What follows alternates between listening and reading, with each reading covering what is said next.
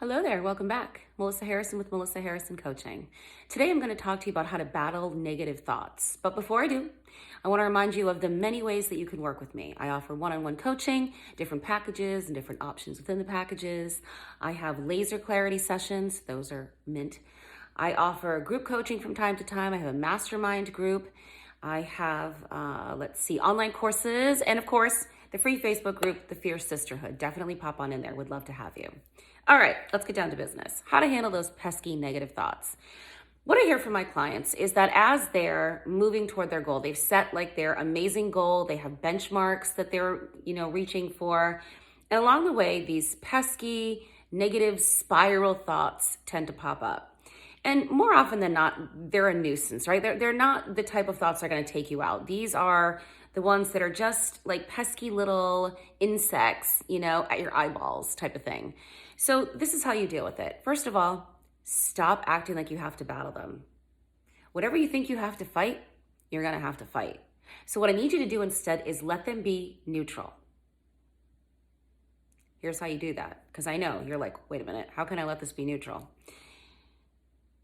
First, I want you to recognize the importance of divorcing the thought itself from the emotion it creates.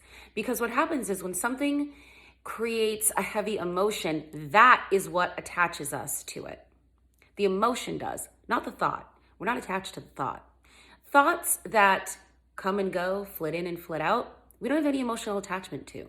We haven't given them enough meaning that they have some form of powerful emotion attached to them.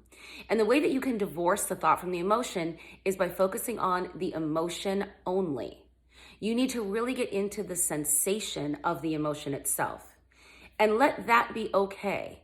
Breathe into and through it. I've talked about that in several other videos. You need to breathe into it. As you inhale, imagine the air going into where you feel the sensation of the emotion, and allow yourself to breathe through it as you exhale. And do that as many times as you need to. It's usually like 5 or 6 times of doing that, and you'll feel the tension lessening and it'll start to dissipate. The reason that you need to do this is because you have to be able to focus your thought on something else. And the more powerful that emotional grab, the less likely it is that you're going to be able to easily shift your thoughts. So once you've lessened that, you need to decide what it is that you'd rather be thinking. So take a look at the circumstance that the thought was about, the original negative thought, and decide what you'd rather be experiencing. You have a perception that you're experiencing a specific thing in the current moment. What would you rather be experiencing? And then what would you be thinking differently if that is what was happening? Write that thought down. Write that new thought down.